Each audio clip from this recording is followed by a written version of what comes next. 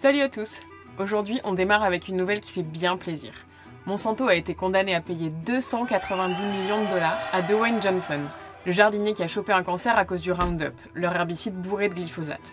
Pour qu'on soit tous au diapason, on rappelle que Monsanto, qui vend son Roundup aussi innocemment que si c'était un sorbet à la fraise, a été racheté par Bayer, le magnat de l'industrie agroalimentaire. Et vous savez ce qu'il a dit, le président de Bayer France, suite à la condamnation de Monsanto? Il a dit, et je cite, « Le glyphosate ne constitue pas un danger pour la santé humaine ». C'était un lol silencieux, en hommage à la disparition de son cortex cérébral. Votre Altesse Sérénissime, le président de Bayer France, vous nous prenez pour des cons ou pour des buses? Ou carrément les deux? Vous pensez que parce que votre encéphale s'est fait la malle, le nôtre l'a suivi? Bah non mon gros, on est bien là, et vu que votre chute s'approche enfin, on n'est pas prêt de s'en aller. Alors aujourd'hui, on va remettre un coup de projecteur sur ces êtres de l'ombre qui œuvrent en coulisses pour mettre à mal notre santé. J'ai nommé les lobbies de l'industrie agroalimentaire.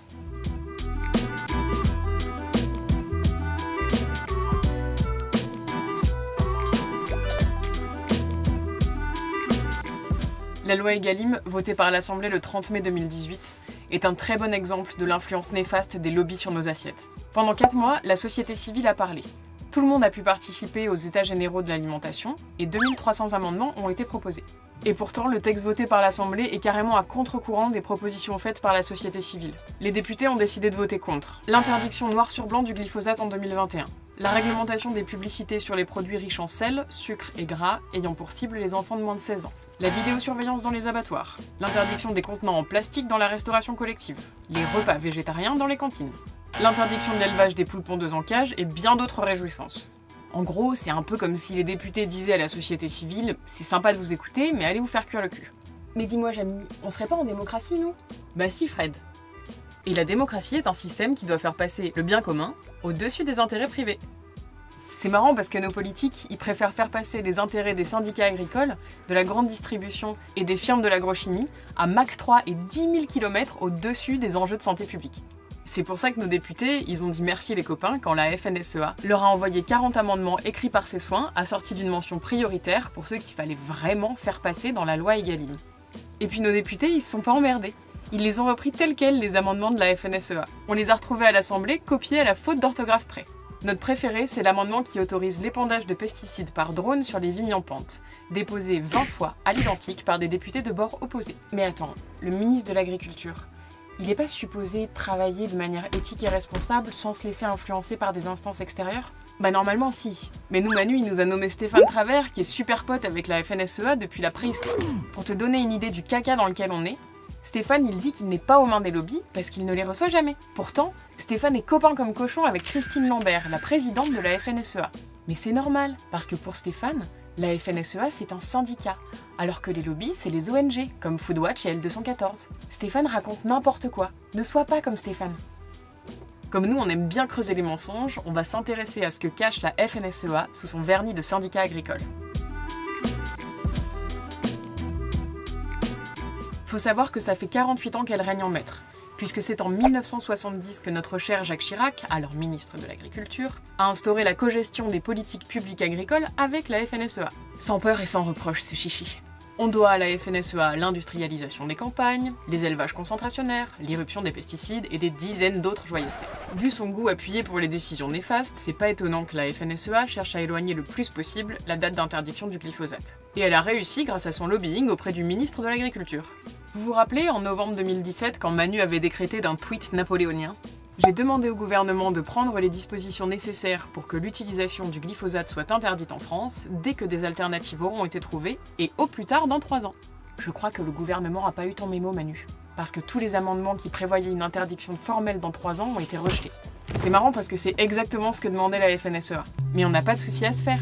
Parce que Stéphane Travers, il a dit qu'on devait faire confiance aux agriculteurs, qui cesseront d'eux-mêmes d'utiliser du glyphosate avant 2023, comme exigé par Bruxelles. D'accord Stéphane, et la marmotte, elle met le chocolat dans le papier d'alu. Mais pourquoi la FNSEA est-elle si attachée au glyphosate? Pour le comprendre, il faut aller chez les Bretons. C'est là que Triskalia, la plus grande coopérative agricole de la région, emploie 4800 personnes et fédère 16 000 agriculteurs. Son conseil d'administration est géré par des agriculteurs membres de la FNSEA. Et en 2016, Triskalia a réalisé un chiffre d'affaires de 1,9 milliard d'euros. Et qu'est-ce qui leur rapporte le plus? La vente de pesticides comme le glyphosate. Ok, me voilà soulagée. Je pensais que la FNSEA voulait notre mort à tous. Mais tout ce qu'ils veulent, c'est juste plus de thunes. En gros, ça se passe comme ça. Triskalia envoie ses 120 techniciens spécialisés apporter des conseils aux agriculteurs adhérents. Les techniciens vont de ferme en ferme, ils vendent des semences de plus en plus productives et de plus en plus sensibles. Et en bonus, ils fournissent les pesticides qui vont avec. Bien sûr, cette pratique n'est pas en vogue que chez Triskalia, mais dans toutes les coopératives agricoles gérées par la FNSEA. Alors pourquoi interdire un produit qui cause des cancers quand il génère aussi des millions d'euros de chiffre d'affaires ? Si ni les industriels ni les syndicats ne sont prêts à s'engager pour le bien commun, c'est à nous, la société civile, de fermer les cordons de la bourse pour leur montrer que sans notre consommation, il n'y a plus de course au profit.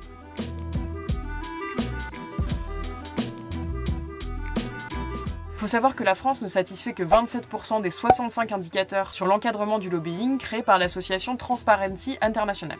On a donc une grosse marge de progression. Une belle première étape serait de renforcer les règles qui encadrent les pratiques des lobbyistes. Parce que pour le moment, des règles, il y en a peu et elles sont très peu respectées. Pour renforcer l'encadrement des lobbies, il y a plein de possibilités. Rendre vraiment public la liste des cadeaux, des dons, des avantages en nature et des invitations. Parce qu'ils sont déjà censés le faire, mais c'est pas obligatoire, donc ils s'en gardent bien. Obliger les élus à assumer leurs influences en publiant l'agenda de leurs rencontres avec les lobbies. Et en annonçant la provenance des amendements écrits par les lobbyistes. Des députés comme François Ruffin et Delphine Batho le font déjà. Il n'y a plus qu'à leur emboîter le pas. Et puis pourquoi pas renforcer les sanctions pour les lobbies qui ne sont pas inscrits au répertoire national ou qui n'y déclarent pas encore leurs dépenses. Et puis bien sûr, donner plus de place à la société civile, à nous les citoyens qui ont plus que jamais leur mot à dire. Pour ça, on peut créer un lobby citoyen où on pourra se rassembler pour nous aussi montrer à nos élus où sont nos intérêts. C'est d'ailleurs ce que fait déjà Ferme d'Avenir et on vous conseille d'aller y jeter un œil. Toutes ces solutions-là, elles se mettront pas en place du jour au lendemain. Il va falloir qu'on bosse et il va falloir du temps.